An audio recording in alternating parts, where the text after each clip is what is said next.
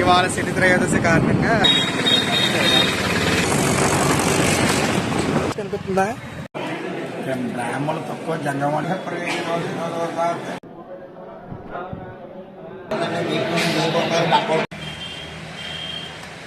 ఎవరైనా రావాలనుకుంటే కనుక మీకు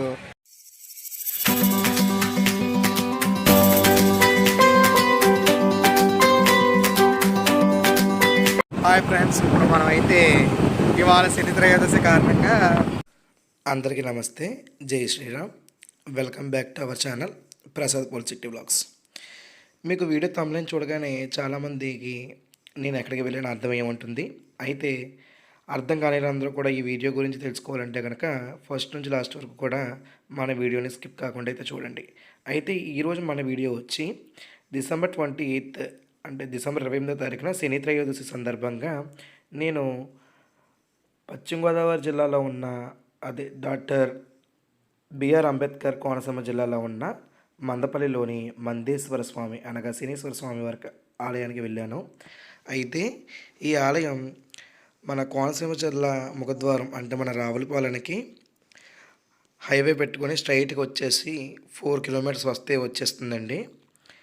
ఈ యొక్క గుడికి ఏలినాటి శని లేక అర్ధాష్టమ శని దారిద్రం పట్టుకున్న వాళ్ళందరూ కూడా శని త్రయోదశి నాడు వెళ్ళి అక్కడ నల్లగుడ్డ, మేకులు, నల్ల నువ్వులు మరియు స్వామివారికి తైలాభిషేకం చేసినట్టయితే కనుక వాళ్ళకి ఏలినాటి శని నుండి అర్ధాష్టమ శని నుండి విమోచన అవుతుందని చెప్పేసి, వారి దారిద్ర్యం కొంచెం వరకు నివారణ అవుతుందని చెప్పేసి ఒక ప్రగాఢ విశ్వాసం. అయితే ఈరోజు మన వీడియో వచ్చి కూడా దీని గురించేనండి. అయితే చాలామందికి ఈ ప్రదేశం ఎక్కడ ఉన్నదో తెలియదు, వారికి తెలిసేలా చేయాలనేది నా యొక్క చిన్న ప్రయత్నం. మీకు ఈ లొకేషన్ అనేది కూడా నేను కింద పిన్ చేస్తాను, కాబట్టి మీలో ఎవరైనా వెళ్ళాలనుకుంటే కనుక ఆ లొకేషన్కి అయితే వెళ్ళొచ్చండి. అంటే ఎక్కువ శనివారం వెళ్ళడం వల్లే దీంట్లో అయితే ప్రయోజనం అయితే ఉంటుంది. ఇప్పుడు నేను చూపిస్తున్నది గుడి లోపల ఒక ప్లేస్ అండి. ఇదంతా కూడా క్యూ ఉండే లైను. అయితే ఫస్ట్ గుడిలోకి వెళ్ళే ముందర స్నానం అయితే ఆచరించి ఆ తర్వాత తడిబట్టల మీద అయితే కనుక అభిషేకం అయితే చేయించుకోవాలి. గుడిలోకి వెళ్ళిన తర్వాత మీకు ఇలా షెడ్లు కనిపిస్తుంది, ఇక్కడే స్నానాల గదులు అయితే ఉంటాయండి. వెళ్ళిన వారు ఎవరు కూడా కన్ఫ్యూజ్ అవ్వకూడదని చెప్పేసి, వాళ్ళకి హింట్ ఇచ్చినట్టు అవుతుందని చెప్పేసి నేనైతే షార్ట్గా ఈ వీడియో అయితే మీ ముందరగా తీసుకురావడం అయితే జరిగింది.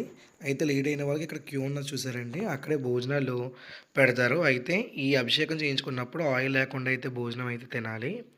ఇక్కడ మీకు మన గుడిలోకి ఎంటర్ అయ్యగానే ఇలా చుట్టూరు మండపంలో పూజలు అయితే చేయిస్తారండి. అయితే క్రౌడ్ ఉన్నప్పుడు అయితే కనుక లోపలికి రానివ్వరు.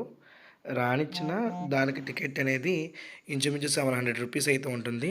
నార్మల్గా అయితే 250 రూపీస్లో అయితే అభిషేకం చేయించుకోవడానికి టికెట్ అయితే ఇస్తారు. 250 రూపీస్కి ఎంట్రన్స్ ఫీజు. అయితే మేము కొంచెం లేట్గా వెళ్ళినంత కారణంగా అప్పటికి చాలామంది అయితే వెళ్ళిపోయారు. మేము ఆఫ్టర్నూన్ అయిందండి వెళ్ళేటరికి. ఇక్కడ మాకు తెలుసున్న పంతులు గారు ఉన్నారు, ఆయనే మాకు ఈ పూజ అయితే కూడా చేయించారు. పూజ కిట్లు కూడా అక్కడైతే అమ్ముతారండి, కానీ ఇంటి దగ్గర నుంచి తీసుకువెళ్ళి చేయించుకోవడం అయితే బెటర్ నాకు అనిపించింది. అక్కడ అన్నీ కూడా లిమిటెడ్గా ఇచ్చారు, మన పూజ పూర్తిగా చేసుకోవడానికి అయితే సరిపోవు. అయితే ఏమేమి కావాలి అన్నది నేను లిస్ట్ లాస్ట్లో అయితే పెడతాను. ఇక్కడ పూజా విధం అనేది ఏ విధంగా జరిగింది అనేది మీకు షార్ట్గా అయితే చూపిస్తానండి. ఎందుకంటే నేను పూజ చేయించుకున్న వీడియో ఎక్కువ తీయలేకపోయాను, ఎందుకంటే కాన్సన్ట్రేషన్గా చేయాలి కాబట్టి. మనకున్న బ్యాడ్ లక్ పోవడానికి ఈ వీడియో అయితే చిన్నగా మీ ముందుకైతే తీసుకొచ్చాను. వీడియో అయితే అన్మ్యూట్ చేస్తున్నాను, చూడండి. దోష పరిహారార్థం ఆయురారోగ్య ఐశ్వర్య అభివృద్ధ్యర్థం ఏలినాటి శని అర్ధాష్టమ శని అష్టమ శని జన్మశని దోష పరిహారార్థం ఆయురారోగ్య ఐశ్వర్య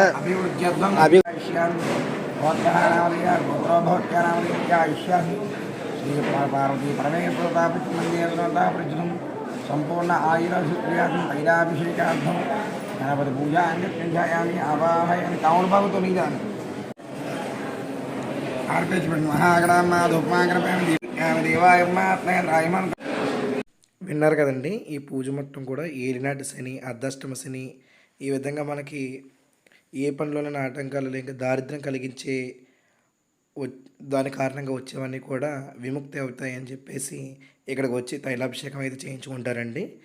దీనికి మెయిన్ మనకి కావాల్సినవి నువ్వుల నూనె, నల్ల నువ్వులు, నవధాన్యాలు, పసుపు, కుంకుమ, అక్షంతలు, అగరొత్తులు, కొబ్బరికాయలు మరియు స్వామివారికి అక్కడ మనం చేసుకోవడానికి కింద డైరెక్ట్గా పెట్టి చేసుకోకూడదు కాబట్టి అరిటాకులు అనేవి తీసుకెళ్తారు. అలాగే ఆచమన్యానికి ఒక ఉద్దరిని, పంచపాత్ర మరియు తమలపాకులు కూడా తీసుకెళ్ళాలండి. స్వామివారికి నైవేద్యానికి బెల్లం కూడా తీసుకువెళ్ళాలి.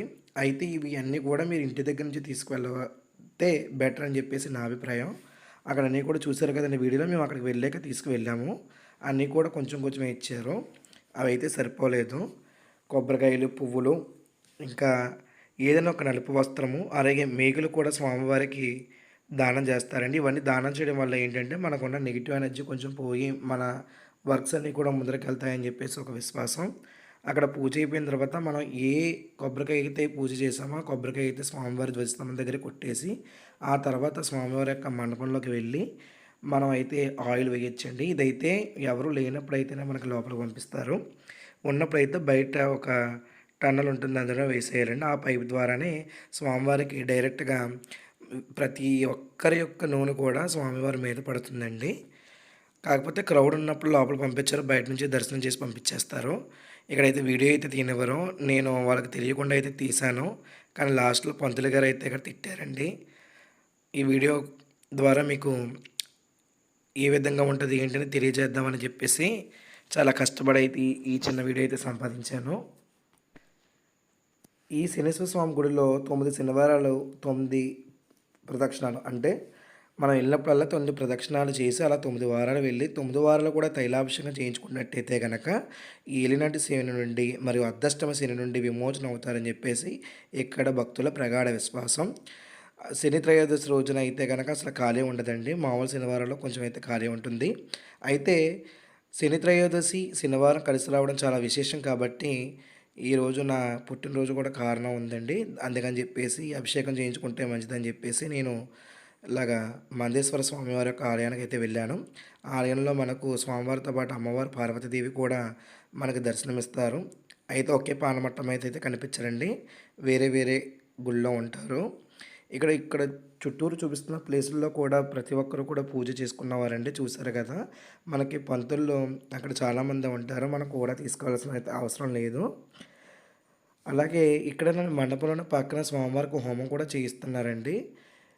ఇక్కడ ఈ ఆలయంలో మనం పూజ చేయించుకున్న రోజున మనం ఆయిల్కి సంబంధించిన ఫుడ్ అయితే తీసుకోకూడదు. అలాగే ఈరోజు ఇక్కడ పూజ చేయించుకున్న తర్వాత ఎవరికైనా నూనె దానంగా ఇస్తే ఇంకా మంచి ఫలితం ఉంటుందని చెప్పేసి అందరూ చెప్తూ ఉన్నారు. ఇదంతా కూడా గుడి లోపల ఉన్న మండపం మీకు చూపిస్తున్నాను. ఇప్పుడు చూపించే మండపంలోనే స్వామివారికి హోమాలు అయ్యి నిర్వహిస్తున్నారు. అయితే వీడియో అయితే ఎక్కడ తీయనివ్వట్లేదండి, నేను ఎవరికి కనబడకుండా అయితే ఈ వీడియో అయితే తీశాను. అలాగే మీకు ఇక్కడ స్వామివారి యొక్క మంత్రం అయితే ఇస్తున్నానండి. ఈ శ్లోకం చదువుకోవడం వల్ల స్వామివారికి అనుగ్రహం ఉంటుందని అంటున్నారు. ఈ శ్లోకం అయితే మీరు కంఠస్థం అయితే చేయండి. స్వామివారి యొక్క మంత్రం, ఈ మంత్రం జపించినట్టయితే కనుక స్వామివారి యొక్క అనుగ్రహం అయితే ఉంటుందండి. ఇంకా లోపల పూజ అయిపోయిన తర్వాత మనం ఇంకా వెనక తిరిగి అయితే చూడకుండా బయటికి వెళ్ళాలండి. వచ్చిన ఇటువైపు నుంచి వస్తాము, మనం అటువైపు నుంచి అయితే వెళ్ళకుండా వేరే మార్గం నుంచి అయితే వెళ్ళాలంటండి. మేము ఫస్ట్ బ్యాక్ సైడ్ నుంచి ఎంటర్ అయ్యాము, అంటే మ్యాక్సిమం ఎవరైనా బ్యాక్ సైడ్ అంటే ఎంటర్ అయ్యి తర్వాత ఇలాగ తూర్పుకి అయితే వెళ్తారండి. ఇలా వెళ్ళిన తర్వాత మనం అంటే గుడి కనిపించేంత వరకు కూడా మనం అయితే వెనక్కి తిరిగి అయితే చూడకూడదని చెప్పారు. ఇక్కడతో మా శనీశ్వర స్వామి వారి యొక్క తైలాభిషేకం అయితే వెళ్ళింది. నెక్స్ట్ ఏంటంటేనండి, ఇక్కడ పూజ అయిన అనంతరం మనం వెళ్ళి అయితే స్నానం అయ్యి ఆచరించాలి. అదే చెప్తున్నాను ఇక్కడ వీడియోలో. బయటకి అయితే రావడం జరిగింది. ఇప్పుడైతే కాలువ స్నానం చేయడానికి అయితే వెళ్తున్నామండి ఇక్కడ నుంచి. ఆ వీడియో కూడా మీకు చూపిస్తాను. అక్కడైతే మనం అయితే స్నానం చేసిన బట్టలు అయినా వెళ్ళాలి.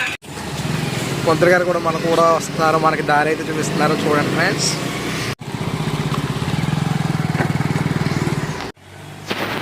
చూసారు కదా, వీడియో స్టార్టింగ్లో కూడా మీకు ఈ ప్లేస్ అయితే చూపించాను. ఇక్కడ ఈ కాలువలోనే మన పూజ అయిపోయిన తర్వాత మనం ఏవైతే బట్టలు వేసుకొచ్చామో ఆ బట్టలు ఇంకా చెప్పులు అయితే కూడా వదిలేస్తారండి. ఆ తర్వాత ఇక్కడ ఉన్న హనుమాన్ టెంపుల్కి అయితే వెళ్ళి మనం అయితే దర్శనం చేసుకోవాలి. షేర్ చేస్తాను కాబట్టి ఇక్కడికి అయితే వచ్చి దర్శనం అయితే చేసుకోండి.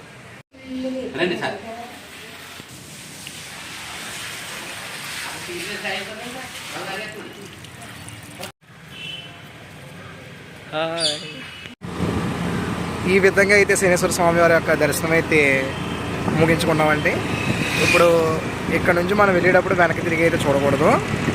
ఇంకా ఈరోజు అంటే మనం ఏ రోజు అయితే తైలాభిషేకం చేసుకున్నామో ఆ రోజు ఆ నూనె వస్తువులు లేకుండా మనం అయితే భోజనం చేయాలి, నేలపైన అయితే నిద్రపోవాలి. ఇది ఇంటికి వచ్చిన తర్వాత మరి స్వామివారికి దీపారాధన అయితే చేసుకొని ఆయిల్ లేకుండా అయితే ఫుడ్ అయితే తీసుకున్నామండి. ఈ విధంగా అయితే మా డే అయితే జరిగింది. మీలో ఎవరైనా ఈ టెంపుల్ ఇంతకుముందుకు విజిట్ చేసి ఉంటే కనుక నాకు కామెంట్ అయితే చేయండి. ఇంకా మన ఛానల్ ఎవరైతే సబ్స్క్రైబ్ అవ్వలేదో please do subscribe, like and comment our channel.